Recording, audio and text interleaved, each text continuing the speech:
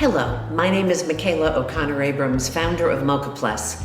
Welcome to our Collective Conscience series. We created this series for you to bring together great minds from around the world on myriad topics that we hope will expand your mind, will challenge your current beliefs, and give you an opportunity to be inspired with every video. Enjoy. Good evening. I'm Shelley Tatum Kieran, partner at Mocha Plus. Welcome to our 35th Collective Conscience on Zoom. We are thrilled to have Dan Rome with us this evening. We're in for a lot of fun together, and it's going to be interactive. So without further ado, I'll throw it over to Michaela and Dan. Thank you so much, Shelley. So this is a particular pleasure. We have somebody not muted. I'm so sorry, but it's hard to hear. If you make sure each of you are muted. I did mute everybody upon entry, but I'm hearing something. I'll take care of it. Thank you. You hear that, Shelley? Yeah, just having a little, I'm going to mute everybody. Dan and Michaela, please unmute yourselves. Okay.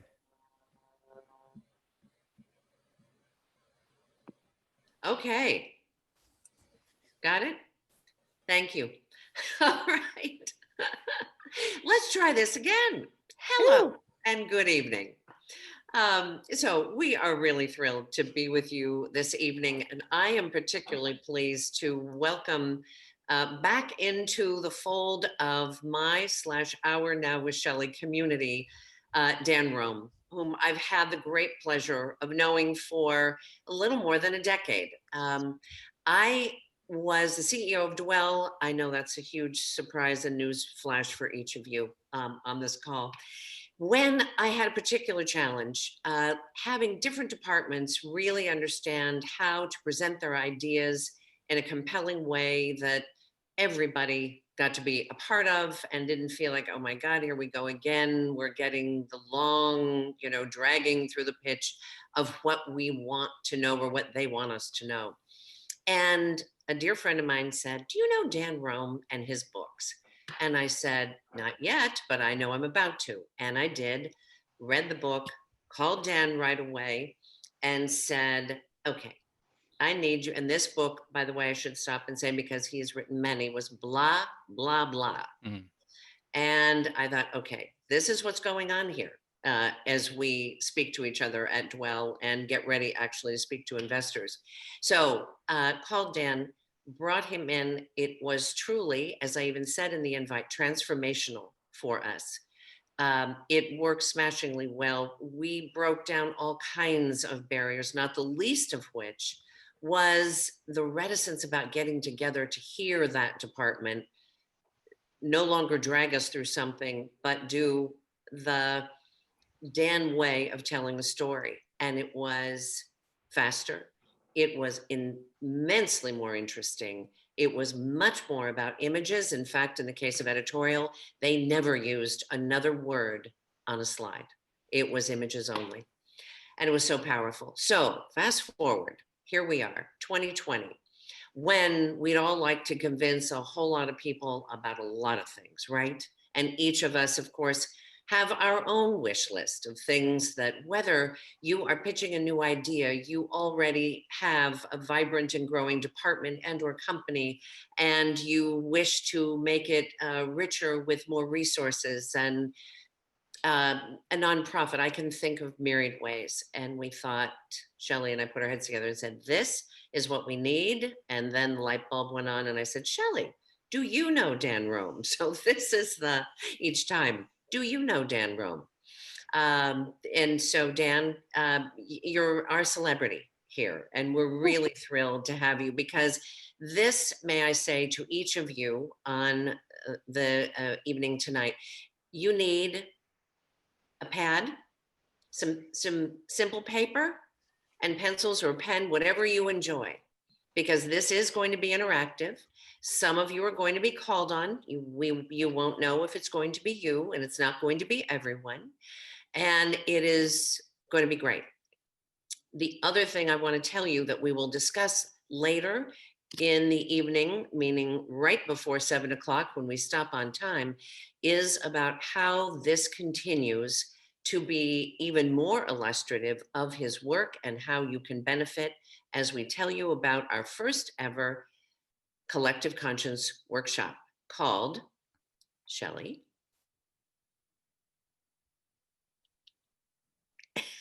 She's muted. Monday spot check. It's called Spot Check, the Spot Check series of It's the workshops. unmuted spot check series. Yeah. So anyway, without further ado, Dan, it's really a pleasure to have you. Thrilled that you're going to be able to share your experience and tell everybody a little bit about your background before we even get into what is going to be so interesting and so simple this evening. Wow, Michaela and Shelley, thank you so much for that introduction. And everyone in Creative Conscious Land, on a Monday, thank you for inviting me to share some of my ideas with you today. And Michaela, the feeling is mutual, because I remember when you contacted me when you were at Dwell and we came by and we went to the whiteboard and just started drawing pictures. This is what I love to do. And in fact, what we're going to talk about tonight for the rest of the time that we have is this idea that seeing is an incredible way to be able to get ourselves to understand what we believe in and get other people to believe in it as well. And this kind of creative sprint from what if we could do something to yes, absolutely, we can absolutely do that thing. So what I want to do is I'm going to share my screen right now and make sure that all of you can do a quick check. Can you all see my screen here as we talk about seeing is believing? Perfect. All right. So everybody should have a couple of sheets of paper and a pen, as Michaela mentioned, because I want to keep this super interactive. And as a big believer in the power of drawing, I'm going to start out by asking all of you to draw. As the evening goes on, you're going to get to know quite a bit about me, but I wanted to find out first to see if I could learn a little bit about who all of you are. So the first drawing we're going to do is a warm-up drawing. Everybody do me a favor. Take that sheet of paper, whether you have a notebook or a pad of paper, whatever you have. I just want to see on your webcam, I want to see that everybody's got a sheet of paper. Hold it up where we can see it. Okay, I got you all there. Perfect. And I want to see a pen. Okay, now on that sheet of paper, I want you to draw along as I draw as well. So I've got my little digital sheet of paper here. What I'm going to do is I'm going to put a little circle in the top center of that sheet of paper. I want all of you to do the same thing. And now put your pen on that dot you just drew. And from that, I want you to make a big circle. And I want you to cover your whole sheet of paper. And you're going to make one circle, but I don't want you to draw it once. I want you to just keep going. And what you're going to find is the longer you go, the more the circle is going to start to round itself out. Now, this is both a warm-up drawing, but it's also a schematic diagram. We're going to talk about that in a moment. Now, you can stop. Now, because it's a warm-up, what I want you to do is put your pen back on that dot and now draw the circle, but go the other direction. So if you were going clockwise, I want you to go counterclockwise now. It's probably a little bit harder for some of you. It's interesting. We have a natural direction to go. Okay, you can stop drawing now. That circle represents a schematic diagram of the human brain. I want you to think about that circle as representing all of the hundreds of billions of neurons that we have in this brain of ours. And what I want to share with you is what percent of your brain is dedicated to helping you process vision. What I'd like you to do is take that brain and cut it in half from top to bottom, and I'd like you to fill in half of it. This is a schematic diagram integrating that about half of our entire mental processing capacity is dedicated to helping us process vision.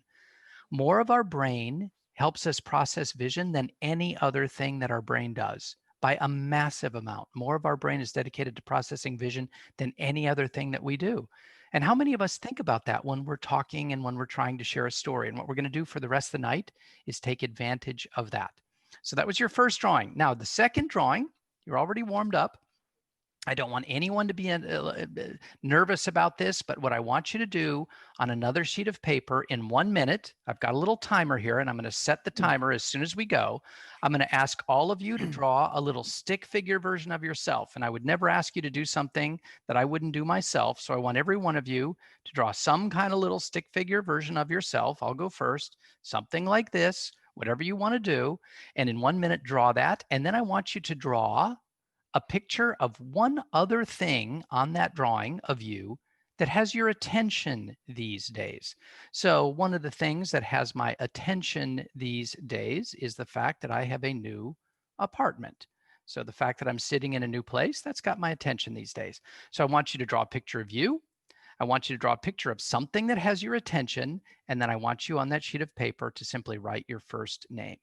Do you all understand what I'm asking you to do? I'm going to start the clock right now. You have 1 minute. Please go.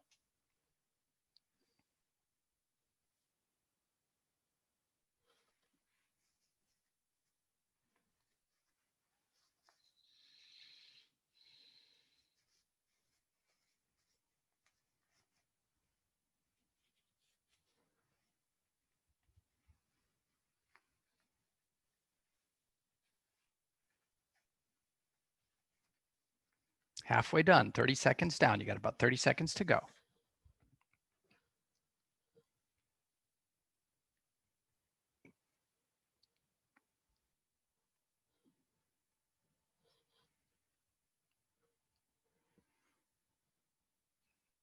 All right, we've got about 15 seconds now.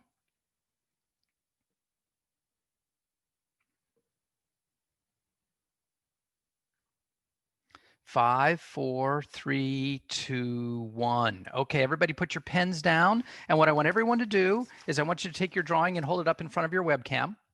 Let's see what we've all drawn. Marvelous. Perfect. Okay, everybody's done it. Hey, Graham, where's your drawing? Graham, we want to see your drawing over there. Because Graham, I've already I did it in Photoshop. You did it in Photoshop. Okay, cool. Yeah. All right. Of course you would. I'm so delighted. Okay, you can put your drawings down. So here's what I'm going to do. I'm going to ask for some volunteers. As I said, you're going to get to know all about Dan and the Dan Show. But before we get started, I want to know a little bit more about some of you. So are people going to be able to unmute, Shelley, if I ask Shonda, for example, to share with us her drawing? Shonda, can you unmute yourself? Yes, she can. Okay, Shonda, can you hold up your drawing best as you can in your webcam so we can see it and show us and tell us what is the thing that you've drawn that's gotten your attention? Tell us what's in your picture. What's in my picture? It's kind of hard to see. There's 3. They look like rectangles. There are 3 books. On each of the 3 rectangles, it says the Beck Trilogy. Oh, really? Yes. What is the Beck Trilogy? Tell us in 15 seconds. What's the Beck Trilogy? I know. It's a speculative fiction thriller, part fantasy, part intergenerational love story about an empath and the ties that bind. Fantastic. Wow, Shonda, thank you very much. Beautifully done. Okay, Drew, on my camera, you're sitting right next to Shonda. Drew, go ahead and hold up your drawing for us. Show us, Drew, what you have? Because with a name like Drew, you have to show us your drawing. What do you got? And you're muted. Can we unmute you somehow?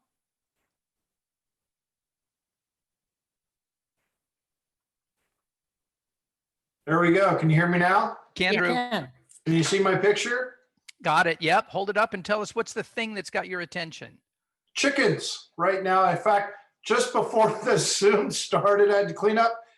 We started and we're about halfway through with Hen House 3.0. So we built another little condominium section on top of the hen house that's for the hens for this winter, so that they've got a little bit more warmth and shelter and all of that. So the chickens right now have my full attention. Good for them. Got to ask, Drew, where are you located that you have this Hen House 3.0? Up in Placer County, California. Nice. Perfect. Okay, Drew, I'm looking at, why not Anna? Anna Zornosa. Hi, Anna, how are you? Can you unmute and show us what you've drawn?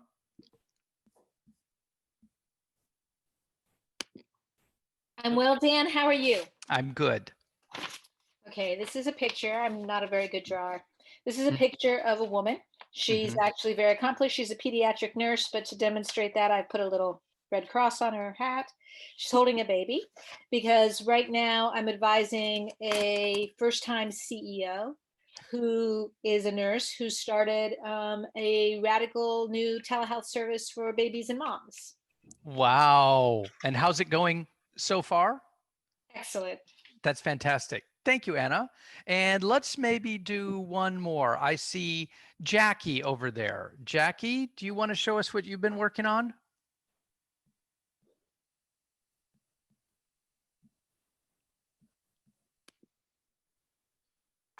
There you go. Can you see that? No, we just see you, Jackie. I think, are you on an iPhone or something? I am. Can you hold it in front of your, well, let's see if we can get it in front of your iPhone camera. Let's see if you can do that. Might So not should be I? possible. You're drawing, if I don't, instead of, put it right in front of your face. If you do that, we're going to see your Oh, drawing. got it. Yeah, Yeah. makes sense. Okay, cool. Yeah, just put it right in front of your face. There we go. There you go. Oh, you've got quite a house. So Jackie, tell us, what have you drawn for us? Well, that's me. It's my house. I'm trying to just be present Mm-hmm. and take care of my house. I'm not working full time for the first time in 42 years, and I'm raking leaves. And Jackie, where is this beautiful house of yours? Palo Alto, California. Very nice. Very nice. Okay, so why did I ask? Thank you, Jackie, and thank you, Thank you. Drew and Graham. I'm delighted that you did it in Photoshop. You're going to have to take a screenshot of that, and you're going to have to send it to your mom so that she can share it with the rest of us. So I want to thank you all. Why did I ask you to do that? Because one of the things that's really interesting about all we're going to explore this evening is the power of picture, in particular in how we can tell a visual story. Now, as I was preparing for this conversation, I was talking with Michaela and talking with Shelley, and they were giving me a little bit of background on some of you, why you come to Collective Conscience.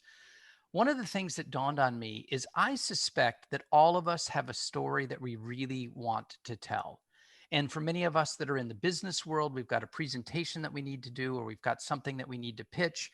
Perhaps some of those that are retired, we've got to convince members of our family of something. Graham, looking at you, I've got kids that are in school as well. I know that you've got to be constantly preparing your work and sharing it.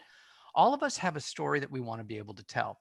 And what I wanted to share with you this evening, very, very quickly, is a little bit of a story about myself, but then spend most of the time on how might we use our visual mind in combination with some very, very classic storytelling techniques to build what I think might be one of the best presentation stories of our life, and how you're going to see that you can do that in just a matter of a few minutes, because we're going to rely on some really ancient storytelling techniques plus some visual techniques. So as Michaela mentioned, I'm Dan. Over the last 10 years or so, I'm working on my 6th book right now. I've written 5 books on the power of visual communication. Back of the Napkin, then a book called Show and Tell. Michaela was telling us a little bit about a book called Blah, Blah, Blah. A couple of years ago, I wrote a book called Draw to Win. These books have found a home primarily in the business community. That's really where I tend to live most of the time, in helping executives and leaders and people that are running teams or selling products come up with a really clear way of sharing their story by using the visual mind. And I've been working on this, and then along comes COVID-19. And for all of us, we all know how much the world has shifted. And one of the things that's really shifted is, how do we continue to share and present to each other? Because obviously in the past, we would be able to go into a room and we could sit in that room and we could lay a piece of paper on the table in front of us, or we could bring along our laptop and we could show people. But now all of us are isolated behind these walls where we're connected only through this magic of Zoom. And it's a completely different dynamic. And the way we need to tell stories is a little bit different as well. So here's one of the things that has really occurred to me. I've been working with a lot of friends lately, and we realize that some of the power that there is in telling these stories in an uncertain and scary world, visual storytelling is really clarifying. It's really reassuring, because it is so profoundly human. And as we look out at the world in front of us, it might seem really scary to us today. I'm scared. And our friend might come along and say, no, there's really nothing to be scared of. We can get through this together. We can really do it. So when it comes to this idea of visual storytelling, there's really 3 words that I want to share with you. Skill. All of you have already drawn. You've shown that in the first 5 minutes that we had together. All of you are incredible at being able to use your visual mind. Everything that I'm going to share with you tonight, everything visual is a learnable skill. Clarity. The simple pictures that you are going to draw tonight and the stories that you're going to tell about them are going to deliver some of the clearest messages in the world. The power of our visual mind and the impact those stories will have. The kind of visual stories you're going to tell have driven as much change as a zillion words. I love words. I'm working on my 6th book. But I love pictures just as much. And it's the combination of the two that allows us to tell these incredible visual stories. And what I want to share with you for the rest of the evening is my 6th book. This is a book that I'm working on right now. as COVID came along, I started to realize what we really need right now is a way to tell our stories as quickly, as convincingly, and as fun as we possibly can. And so my book is called The Pop-Up Pitch, the 2-hour creative sprint, the most persuasive presentation of your life. It's going to be coming out a year from now. The book will be out in October of 2021. Now, for anybody who's written a book, or if you've self-published or gone through a major publisher, it seems crazy to realize that we're talking about a book now that won't even be out for a year from now. I've chosen to go the route with all of my books of the major publishing route, and it just takes a long time to get that book ready. I'm about 2/3 the way done with the writing of the book, and what I wanted to share with you tonight is the core, because I think it will be valuable to you. What is the idea of a pop-up pitch? Think about it like this. All of us have got a story to tell, and all of us have an audience to whom we want to share that story. And normally we would have been able to share that story in person. And by virtue of being able to be in the same room as those people, we could take a certain amount of time. And because we were sharing the space with the room, we could feel back and forth how were people responding to our story, and we could take our time. The idea of the pop-up pitch is to say, we have to be able to tell a really powerful story in a matter of minutes, because everyone is having such a hard time staying focused because of this Zoom world that we're living in. The pop-up pitch, can we take the best lessons of giving a pitch and be able to tell them really, really quickly? That's why it's the pop-up. The essence of the pop-up pitch, I'm going to show you the drawing, the first drawing I did of what is a pop-up pitch. If any of you are familiar with something called the hero's journey, the hero's journey, kind of discovered, if you will, by a guy named Joseph Campbell, was this idea that if you go back and look over time, so many of the world's cultures have told varied stories that become myth, but they all tend to follow a very specific storyline. And if you look at that storyline and you add in things that we've started to learn about behavioral economics and human decision making, one of the things that we realize is there is a way to tell a story in 10 pages. This is the 10-page pitch that begins by establishing some clarity with our audience, then building trust, and then introducing the second strongest human emotion, which is fear. This says everything's fine, but now something's about to get really bad. But we counter that fear by saying, but at the end of that, imagine how beautiful things will be. There's hope on the other side of that fear. And we want to reach that hopefulness. But guess what? We can't get there easily. The sobering reality is there's a difficult road ahead of us. But at the bottom of that road, what we're going to do is we're going to have our great moment where we decide today we're not going to give up. We're going to build some gusto. We're going to find a nice, bold way to make a decision to move ahead out of this kind of pit of despair. We're going to build courage by doing it. As we build that courage, we're going to make some commitment to ourselves and to each other to continue on. From that commitment, we're going to find that we get some early rewards. And as we build on top of those rewards, what's going to happen is in the long win, we are going to achieve a level of clarity or power far beyond anything we did before. So this is just a way of visually describing this notion, the pop-up pitch. But now I want to share it with you in the form of a story. I want to do a quick check-in with you. Can all of you see me and hear me okay? Everybody following along? So far, so good? All right, excellent. So I want to just do a story, and I want to share something in Zoom that we never, ever do. I'm actually going to read you a story now. It's going to take me about 3 minutes to do it, and I want you to read along with me. So this is going to seem very counter to how we normally want to run a Zoom meeting, and particularly a visually amplified Zoom meeting. But bear with me as I share this story with you and read along if you'd like. Here's the beginning of the story. Call this the title. Your upcoming presentation deserves to be fantastic. So, we're business people, or we're educators, or we're retired, or we're in school, but all of us have some sort of presentation we have to give, probably in a few days. And let's assume it's a big presentation. If you can get your audience to pay attention, your message could directly impact their work and possibly even improve their lives. And this presentation really matters to you too, because if you land it right, the impact will ripple outward beyond the people in this room and will power your own reputation and move your career along as well. Because this presentation matters so much, you want to make this one of the best you've ever delivered. But let's be honest, there's a problem. We all suffer from presentation overload. We've gotten so used to joining meetings, booting up Zooms, and sharing PowerPoints. We forget why we're doing those meetings at all. But it's tricky, isn't it? I mean, making this one presentation such a big deal sounds like a lot of work. And you're so busy doing the rest of your job that you probably don't have time to focus on it anyway. And it's going to be even worse for your audience. They've got so much coming at them. There's no way they're going to be able to give you the undivided attention that your message deserves. But hold on. Let's think about that for a second. Imagine what it will feel like to your audience when, at the end of your presentation, they feel truly changed. Think of the energy in the room when everyone has been captivated by something they've never seen before. Think about now what it will feel like to you when your audience genuinely thanks you on their way out because what you've shared has given them hope, insight, and inspired them to do something right now that will help their work and their lives. That would be quite a transformative experience, wouldn't it? Just imagine that. But you know what? That feeling isn't going to come if you just give the same old presentation in the same old style as before. That's just the honest, sobering truth, isn't it? The presentations that got us here are not the presentations that are going to get us where we need to go. But then again, what other way is there? But think about this. What if this time, because this time really matters, you threw a bit of caution to the wind and did something you'd always wished someone else would do? What if this time you simply gave your audience a great story?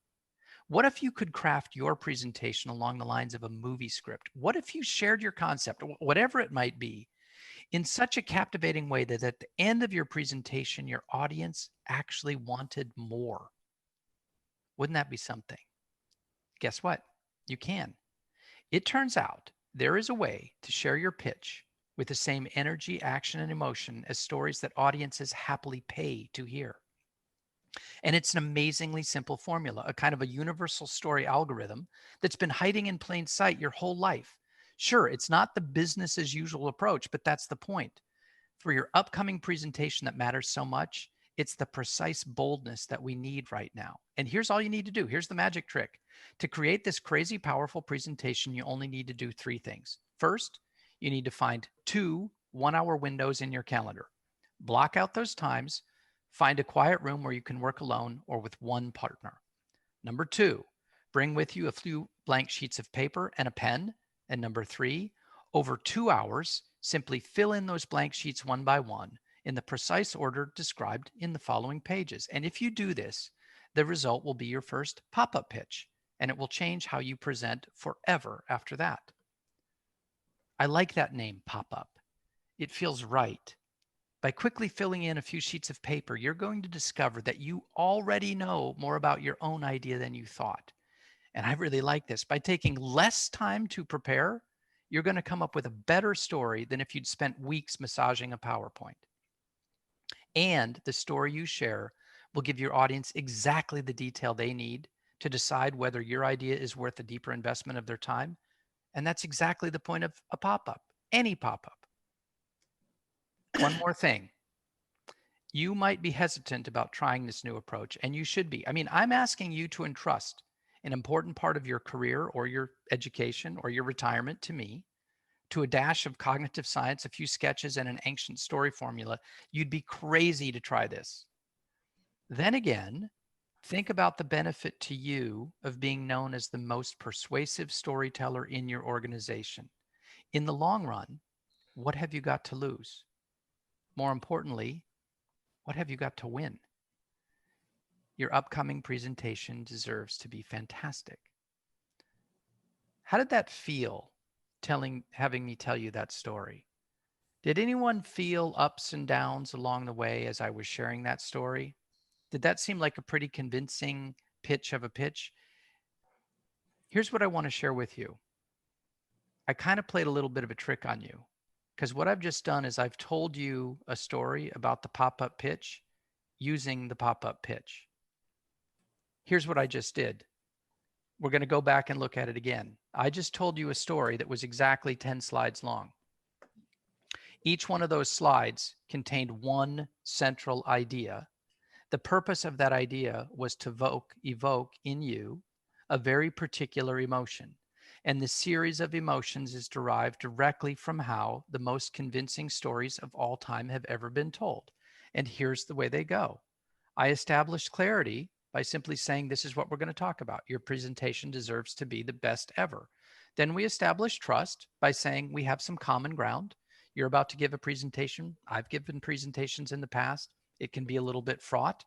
And then we established fear. Here was that downward crash by saying, but guess what? The presentation you need to give isn't the one you can give because people are too tired of presentations. And then we established hope by saying, but here's the win. Imagine what it would feel at the end of that presentation if people actually asked for more. And then came the big crash. But we are not going to get there. This is the false hope, the sobering reality. That is not going to happen if we just continue to use the same style of presentation as we've had in the past.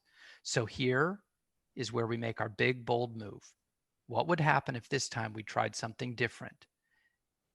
And what are we going to do? We're going to tell a story. Well, can we do it? Of course we can. Here's where we establish courage. It's not that hard to do. And from that courage, can we make some commitments? Sure, we only need to do 3 things. If you do these 3 things, you'll be able to make this story work. Are there going to be some immediate rewards for doing that? Absolutely. You're going to turn out to save time on making your presentation. And in the long run, you're going to give the best presentation you ever have. And here's the template. This is the whole pop-up pitch. You create a title that says, why am I sharing this? You establish the common ground. You lay out the coming problem. You give an emotional win. That's that hope on the other side of the problem. But it's a false hope because there's a big crash. You come up with a fairly audacious reality, which is what's the bold move you're going to make. You establish courage by saying how you can do it for real. The call to action is the series of 1, 2, 3 steps that you need to make it happen.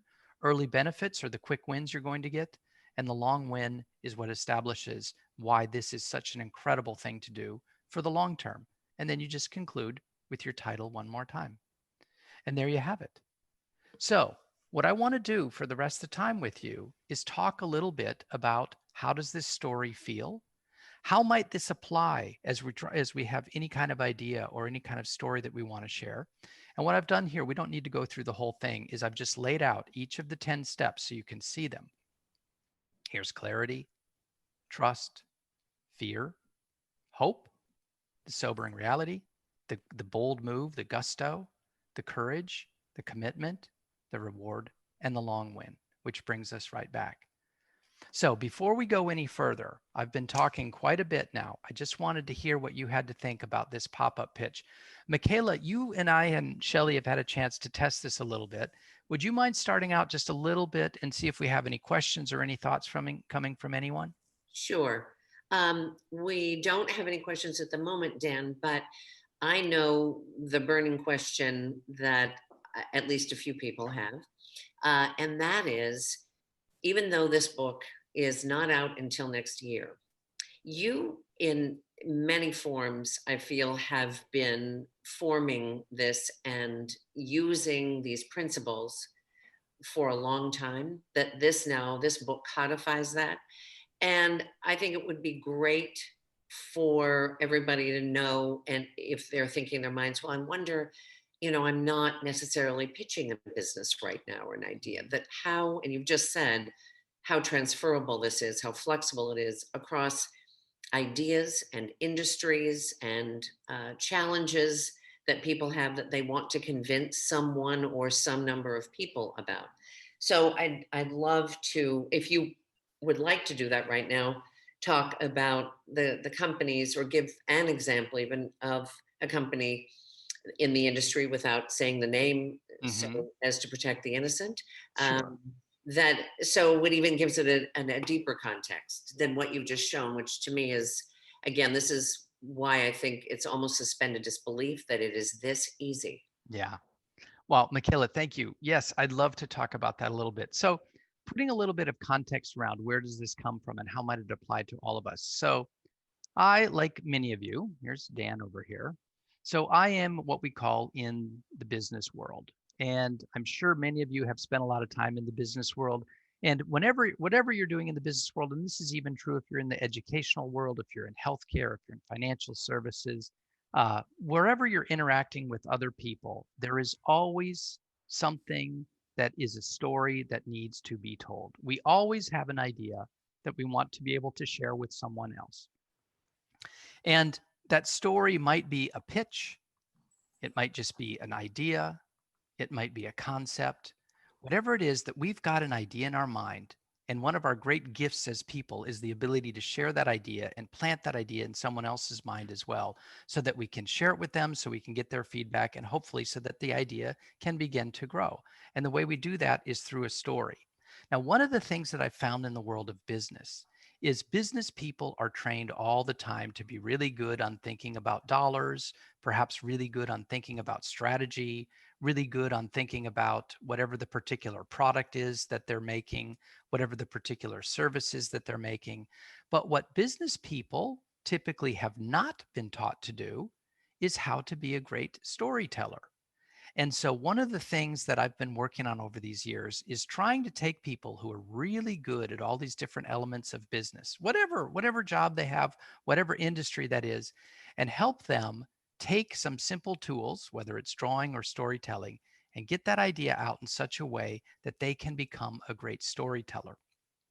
And what I found was really, really fascinating, and why I'm so enamored by this idea of the pop-up pitch, is many times people in business would like to say, what is the template for doing that thing? What is the template for doing a financial plan? What is the template for doing a strategic plan?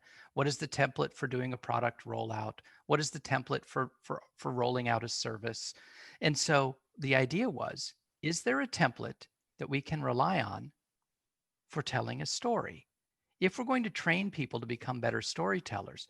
And it turns out there is. And I mentioned it before. Let me just ask by a show of hands, how many people here have ever heard of this idea of the hero's journey or Joseph Campbell? Anybody? Okay. So for those of you who don't, just really, really quickly, Joseph Campbell toured the world throughout most of the 20th century, traveled all over the place, and was an incredible collector of myths. And out of those, he wrote a book called The Hero with a Thousand Faces. So this is Joseph Campbell and The Hero with a Thousand Faces. And basically what Joseph was able to do was say there is this thing that he titled the monomyth, that no matter where you go around the world, no matter which time in history and which culture you look at, there seems to be a common story that is told, and that becomes one of the great myths. Those become the great myths that are remembered. Now, he wrote his books initially back in the 1940s and 50s, and where the Hero with a Thousand Faces really started to get traction was in Hollywood, because there was a guy, a local guy, someone from the Bay Area, a guy named George Lucas, who happened to read this book, A Hero with a Thousand Faces, when he was contemplating the idea of telling a space opera, and built, you all know where this is going to go, the entire story of Star Wars Episode 1 was pulled line by line straight out of Joseph Campbell's monomyth, with the whole set of characters and how they're told. The monomyth story, according to Joseph Campbell, goes something like this, and it's all represented in a simple little picture. Above the picture is what we call the normal world. Below this line is what we call the supernatural world. And this is what Campbell had deduced and sort of drawn out by looking at all these myths from around the world. And an unassuming character begins here, a normal person in the normal world, and is against their own will transferred into this supernatural world. So maybe that's the world of the Force if you happen to be Luke Skywalker. And when you're in that world, that supernatural world, a whole bunch of interesting things happen to you, and you learn that you have an amazing power. And at using that amazing power, you have to meet the dragon, you have to slay the dragon. Through the act of slaying the dragon, which almost kills you, you learn that you have even more power. You learn, you come back to the regular world at this point, and now you come back to all the people that you had known before, but now you're able to bring them the gift of the power and what you learned in the other world. So why is this interesting? Because I thought, if we were going to come up with a story template for business people, why not start with the story that has sold more movie tickets than any other in history and build it from that? So, Michaela, to answer your question, the 10-page pitch that I've just showed you is a combination of the key lessons of the hero's journey, combined with some of the latest in, I mentioned behavioral economics, which is essentially the kind of the cognitive science, the latest thinking that says we know a lot about how people make decisions. And so if we can combine biases and how people make decisions with this classic story, we can create this simple template. It's not the only story out there, but it is one that is pretty much always guaranteed to have you be able to tell your presentation or your pitch in a way that is compelling and interesting, and it provides that template. So here, Michaela, is the answer to what you asked me a long time ago. Whatever it is that you need to share with someone, if it's a story that you're telling a book report, if it is the idea that you need to convince someone to help you work on the house, if you need to convince someone to help you work on Chicken Coop 3.0, on Hen House 3.0, why not tell that in the form of a story? And here's a story that you can always rely on. And it's simple because you can create this story just like filling in the blanks in a short period of time, and you come up with a story which is super compelling. So you would ask me one more question, Michaela. Who are some of the people with whom I've done this? I've got a simple drawing that I want to share with you that is derived from this. That looks a little bit different. Can I keep talking, or do we have more questions coming in? Because I've got a simple story that I'd love to share for a moment. Please keep talking. Okay. How many of you are people who have ever drunk a cup of coffee? Anybody here a coffee drinker? Okay.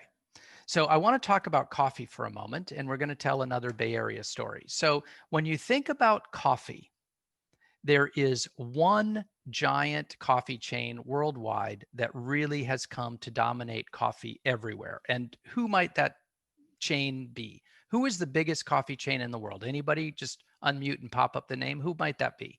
Starbucks. Let's call it Starbucks. You're absolutely right. So let's make a little chart here that shows how many stores Starbucks has.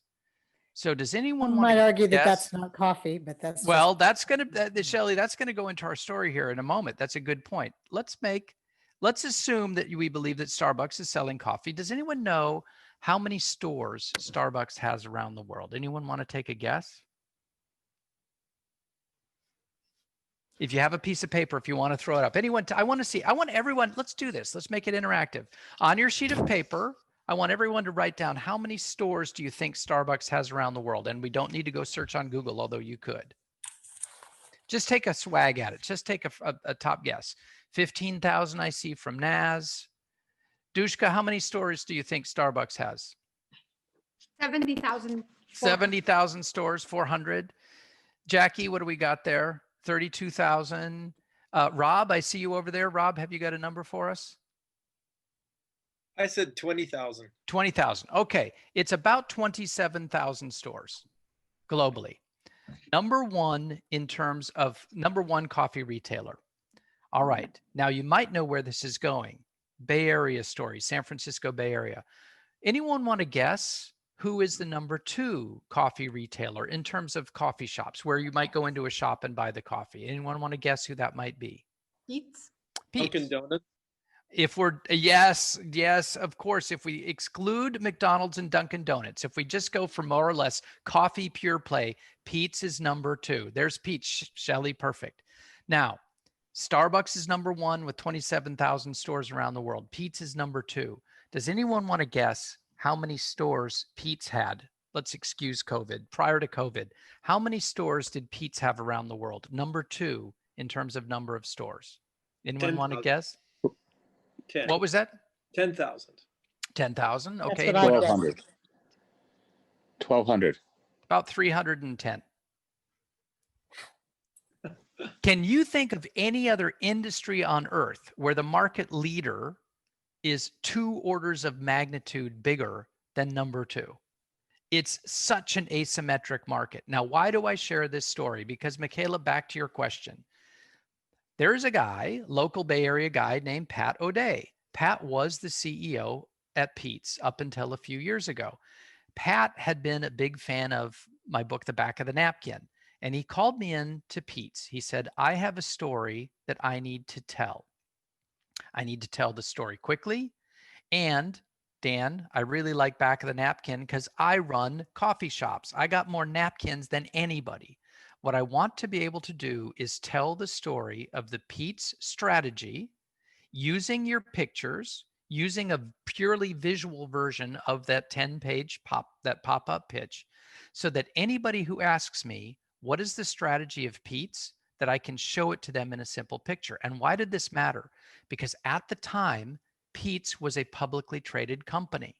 This is several years ago now. So what we did is I worked with Pat and we told a story, and we ended up with a simple visual drawing on the back of a napkin, which is backed up by the whole pop-up pitch story to describe Pete's operating strategy. And it goes something like this. We all love coffee, building trust. But coffee can be very good or coffee can be very bad. Shelley, to your point, depending on your taste, coffee is problematic because a lot of people don't know what good coffee is. So we at Pete's, here's the aspiration. Our vision is always to be the gold standard of coffee, and nothing is ever going to change that. We are always going to be the best cup of coffee that you can buy. And how are we going to make that happen? Well, our mission then, what we need to do, our boldness, is to realize we don't have to have the biggest market in the world. What we want to focus on is building the biggest group of customers that we can who are fans of what we mean by really good coffee. We are not going to compete with Starbucks. That would be a silly thing for us to do. They're far too big. And by the way, if we tried to compete with them, we believe, says Pat, that we would have to degrade the quality of our coffee such that we would no longer be the company that we are. And what few people know, on a side story, Starbucks came from Pete's Coffee. Pete's, as any of you in the Bay Area might know, started in 1967 over in Berkeley, California by Alfred Pete. There were two people who kept coming into Pete's first store over in Berkeley. One was a school teacher and the other one was a journalist. The two of them fell in love with the way that Alfred was making Pete's coffee, his old Dutch traditional style coffee. They came in and said, Alfred, can you teach us everything you know about how to make this incredible coffee? He did. They said, Alfred, this would be incredible. You should grow this. We want to grow this as a business. We want to dedicate ourselves entirely to doing it. Alfred said, no, I'm not interested. I'm happy with just maintaining the two stores. You can take my coffee, my approach, and you can grow it as much as you want. Just don't do it in the Bay Area. Those two guys moved to Seattle and started Starbucks. And for the first 7 years that it operated, Starbucks sourced all of its coffee from Pete's. In fact, there was a time in the past where Starbucks had actually bought Pete's and then sold it back out. So there's a long story here going back on. But again, back to our pop-up pitch. Our bold move is going to be to focus on the biggest base of customers that we have that love what we mean by coffee. Now, how are we going to do that? In order to do that, we're going to divide our business up into 4 operating groups. This is how we're going to make this real, this courageous move. We're going to have the serve group, who are the baristas and the people that are actually serving the coffee. We have the develop group. These are call it human resources, learning and development. These are the people whose job it is to make sure that all these people know exactly where they fit and what they need to do to help us reach this vision. We'll have the manage group. These are the people who are actually running the stores and are responsible for the profit and loss and quarterly turnover, quarterly, monthly, annual turnover of the stores. And then we'll have the inspire group. These are the senior executives whose job is very different, to inspire everybody in the company and around the world to maintain this vision. And then what we will do to make sure that it's real, so we can actually win this in the long game, is we will set up a set of training materials and measurements. So no matter which group you are in within the company, you know exactly what is expected of you and how you'll be measured.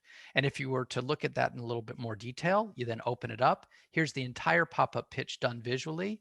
We will be the gold standard of coffee. Here's our mission. And if you're brought into the serve group, these are the criteria by which you will be measured: how clean and organized you are, the quality of your product, the speed of your service, how engaged are you with customers. But if you are a senior executive, you will not be judged by those criteria.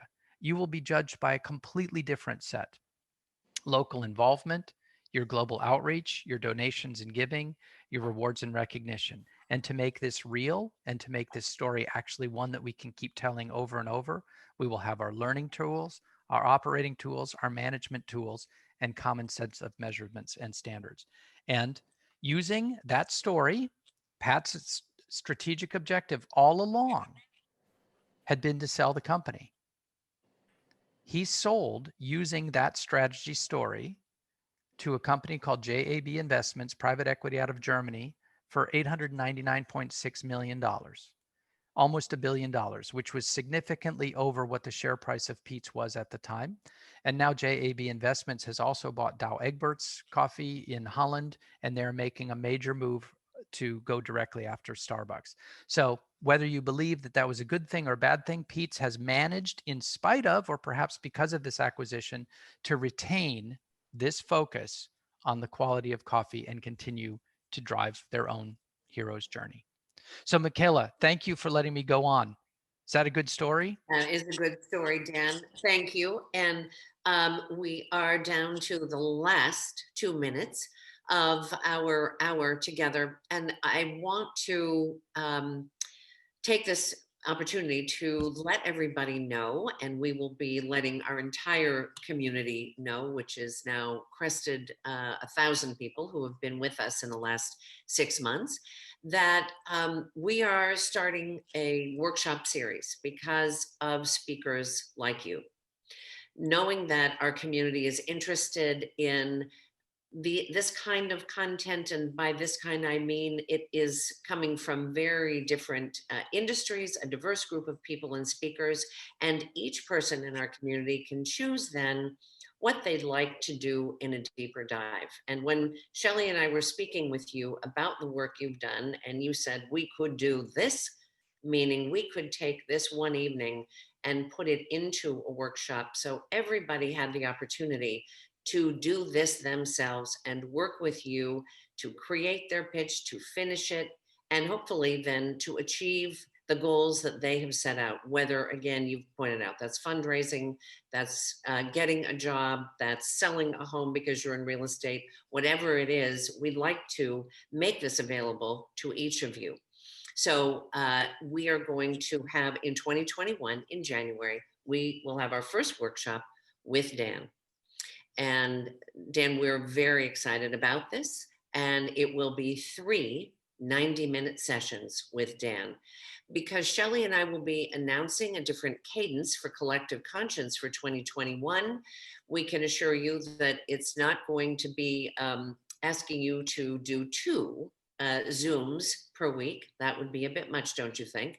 But we will have the opportunity to share with you this kind of information, as well as a new speaker at least once a month. And we'll, again, keep you posted exactly on the timing. But this first workshop we will announce will be in January. We'd like you to go to info@mochaplussf.com or put into chat before we close in the next minute that you are interested in learning more. You're not signing up for it by doing that, but we're eager to reach out to you personally and tell you more, make sure we give you the dates, ask you a little bit more about availability and some other items for our workshop series, and go from there. So Dan, do you have anything else to add on that, on the workshop? No, thank you, Michaela. Other than just, it's going to be really interesting to be able to prototype the pop-up pitch. We've used it quite a bit before, and the outcome for anybody who attends the workshop is actually being able to come up with your own 10-page story for whatever it is that you seek to tell, and to have it be visual as we've discussed this evening. So thank you. Fabulous. Well, and in closing, Shelley and I did this pop-up pitch, and we took 90 minutes and worked with Dan. And I dare say that as we're talking about this, it is sometimes the cobbler's children, right? We're like, wait a minute, what about Mocha Plus? So Dan, thank you. It is, we've worked on it. We can't wait to share with you what we've finished. And it's very exciting. So all of you, thank you so much for joining Thank you. us. And thanks, Dan. Thank you, Dan. Thanks,